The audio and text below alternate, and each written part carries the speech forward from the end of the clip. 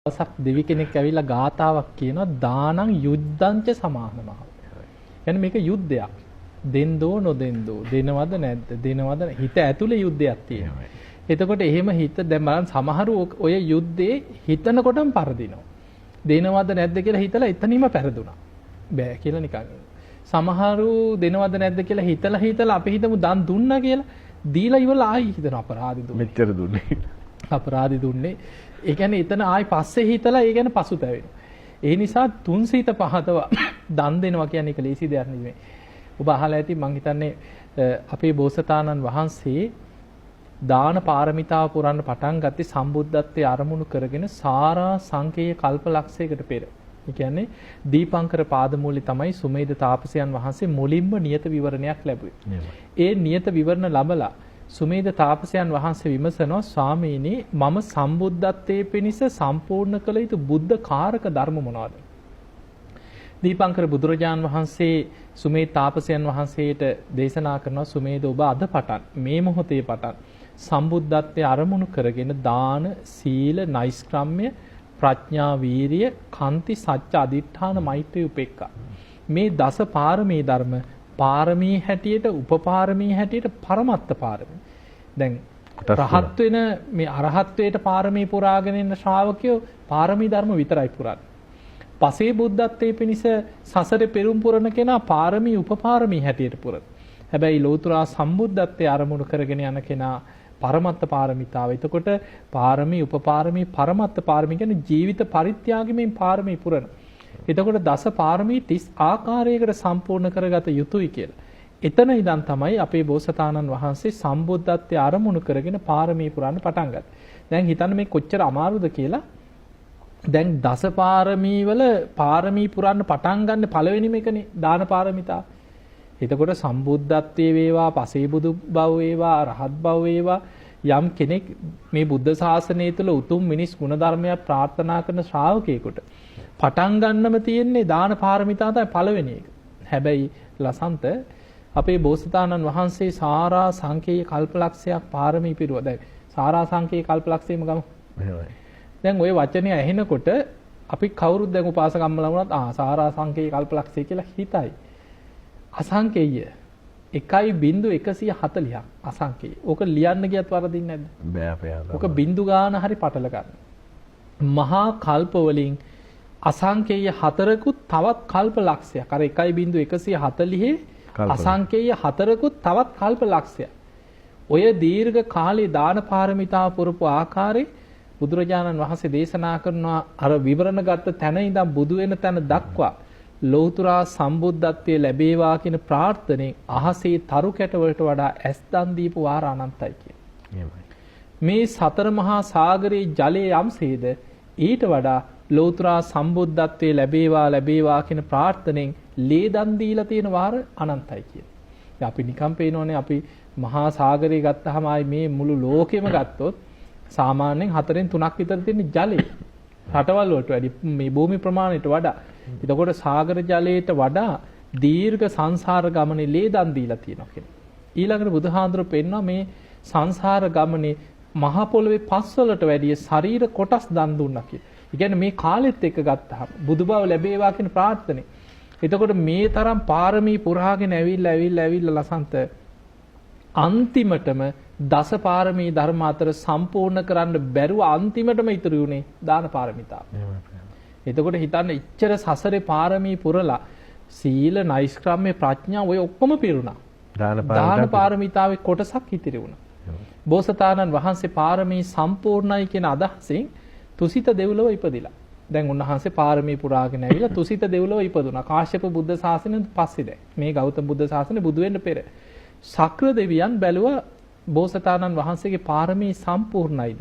අනිත් ඔක්කොම සම්පූර්ණයි දාන පාරමිතාව සම්පූර්ණ නැහැ.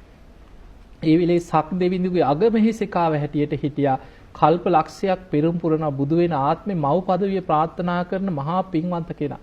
ඒ වෙනකොට ශක්‍ර දෙවියන්ගේ අගමහිසිකාව වෙලා දෙව්ලොව පහළ වෙලා හිටියා.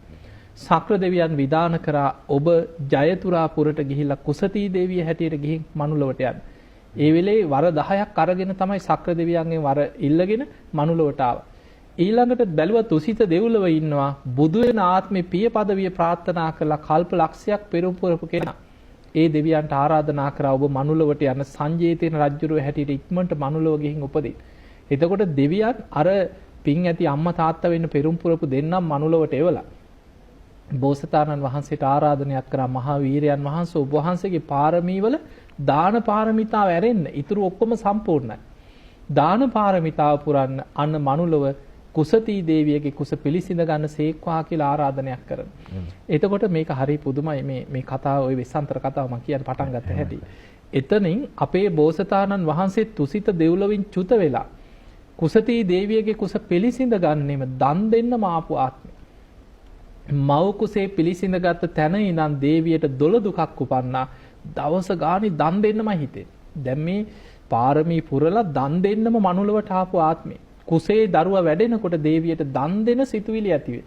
දවස ගානේ මාලිගාව ඉදිරියේ ලක්ෂයේ වියදම් කර දන් දුන්නා කියලා. දවසකට ලක්ෂයේ බැගින් වියදම් කර දේවියගේ අතින්ම දන් වැටක් පැවැත්තුවා. ඊට පස්සේ දරුවා බිහි වෙන්න ලකුණු පහළ වෙනකොට ආසාවක් ඇති වුණා නගරේ වෙළඳ නගරේ වීදි සංචාරය කරන්න.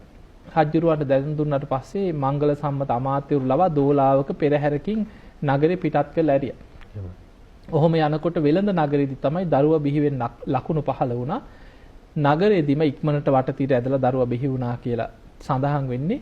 අපේ බෝසතාණන් වහන්සේ ලසන්ත ඉපදිච්ච ගමන් කතා කරපු ආත්ම තුනයි තියෙන්නේ. මුළු මේ පාරමී පුරපු ආත්ම භාවවල ආත්ම තුනක් ගැන තියෙනවා. ඉපදිච්ච ගමන් බෝසත් පුතා කතා කරපු. එක ආත්මයක් තමයි මේ මහෞෂධ ආත්මය. ඉපදිච්ච වෙලාවෙම ශක්‍ර දෙවියෝ සඳුන් අරටුවක් අතට දුන්නා. එතකොට පුංචි බෝසත් පුතා මෙහෙම අල්ලේ අර සඳුන් ගැටේ තද කරගෙන ඉන්නකොට අම්මා හොරතලෙන් වගේ අහනවා මේ මොනවද පුතේ ඔය අතේ කියලා. අම්මා දිහා බලලා කියන අම්මේ මේ මහා ඖෂධයක් කියලා. ඒ තමයි මහෞෂධ ආත්මය. ඊළඟට වෙස්සන්තර ආත්මය. ඉපදිච්ච ගමන් අම්මා දිහා බලලා අර දරුවා ඉපදිලා අතට ගන්නකොටම පෙර පුණ්‍ය ශක්තිය එතකොට පාරමී පුරලා උපරිමේ මේ බුදු වෙන්න ඊළඟ ආත්මේ. අම්මා දිහා බලලා අහන්නේ අම්මේ දන් දෙන්න මුකුත් නැද්ද කියලා. දහසක් බැඳි රන් කහවණු පොදියක් අර පොඩි පුතාගේ අතට ලං කරනකොටම පුංචි අද්දකින් අල්ලලා එහෙම ළඟ හිටපු අම්මා කෙනෙකුට දන් දුන්නා කියලා. එහෙම තමයි වෙස්සන්තර කතාව සඳහන් වෙන්නේ. එතකොට අර ජීවිතේ අවුරුදු 9ක් වෙනකොට කරේ පැලඳි මාල 9 වතාවක් දන් දුන්නා. පළඳින මාල ගලවලා දන් දෙනවා. පුංචි කාලේ ඉඳන්. ඊට පස්සේ අවුරුදු 9ේදී මේ වෙස්සන්තර කුමාරයා භාවනා බද්ධ පරියන්කෙන් වාඩි වෙලා ආසනයක තමන්ගේ කාමරේ හිතනවා 100,000 වර හිතනවා කවුරු හරි කෙනෙක් මගේ ඇස් ඉල්ලගෙන එනවා නම් ලෝතුරා බුදු බව පතා මං ඇස් දන් දෙනවා දැන්. කවුරු හරි මේ වෙලාවේ මගේ ශරීරේ ලේ ඉල්ලගෙන ආවොත් මං බුද්ධත්වයේ ප්‍රාර්ථනා කරගෙන ශරීරේ ලේ ටික දන් දෙනවා. කවුරු හරි මගේ ශරීර මාංශය ඉල්ලගෙන ඉන්නවා මං ශරීරේ කොටස් හරි දන් දෙනවා. මගේ ජීවිතේම ඉල්ලගෙන ආවොත් මම ඒ කෙනාට ජීවිතේම පූජා කරනවා. මේ විදිහට 100,000 වර හිතාගෙන යනකොට මහ පොළොව ගිගුරුම් දෙමින් කම්පා වෙනවා. පුංචි කාලේ ඉඳන් ওই වෙස්සන්තර කතාවේ සඳහන් වෙන්නේ අමුදරුව දන් දුන්නා, දේවිය දන් දුන්නා, රාජ්‍ය අතහැරියා. ඔය සියල්ල මුළු වෙස්සන්තර කතාව අහගෙන යනකොට ඇඟත් හිරි වැටෙනවා. මෙහෙමත් දන් දෙන්න පුළුවන් දෝ කියලා හිතෙනවා. හත් වාරයක් මහ පොළොව කම්පා වෙනවා වෙස්සන්තර ආත්මේ දන් දෙනකොට අපේ බෝසතාණන් වහන්සේ. ඒ විදිහට දන් දීලා තමයි දාන පාරමිතාව පුරාගත්තේ බුදු වෙන්නේ. එතකොට අපි හිතන්න පුළුවන් ඕක ලේසි දන් දෙන එක ඉතින් අපිත් ඔය දන් දෙනවනේ කියලා හිතෙයි. හැබැයි බලන්න සාරා සංකේ කල්පලක්ෂයක් දාන පාරමිතාව පුරලත් බුදු වෙන්න පෙර ආත්මේ තමයි සම්පූර්ණ කරගන්න පුළුවන්. එතකොට අපිට මේක ලේසි වගේ තේරුණාට ලේසි නෑ. දැන් අපි දෙනවා තමයි. හැබැයි අපිට වෙස්සන්තර රජුරුවන් ගැන ඇහෙනකොට අපිට පුළුවන් දෙහෙම. ඇඟත් හිරි වැටෙනවා.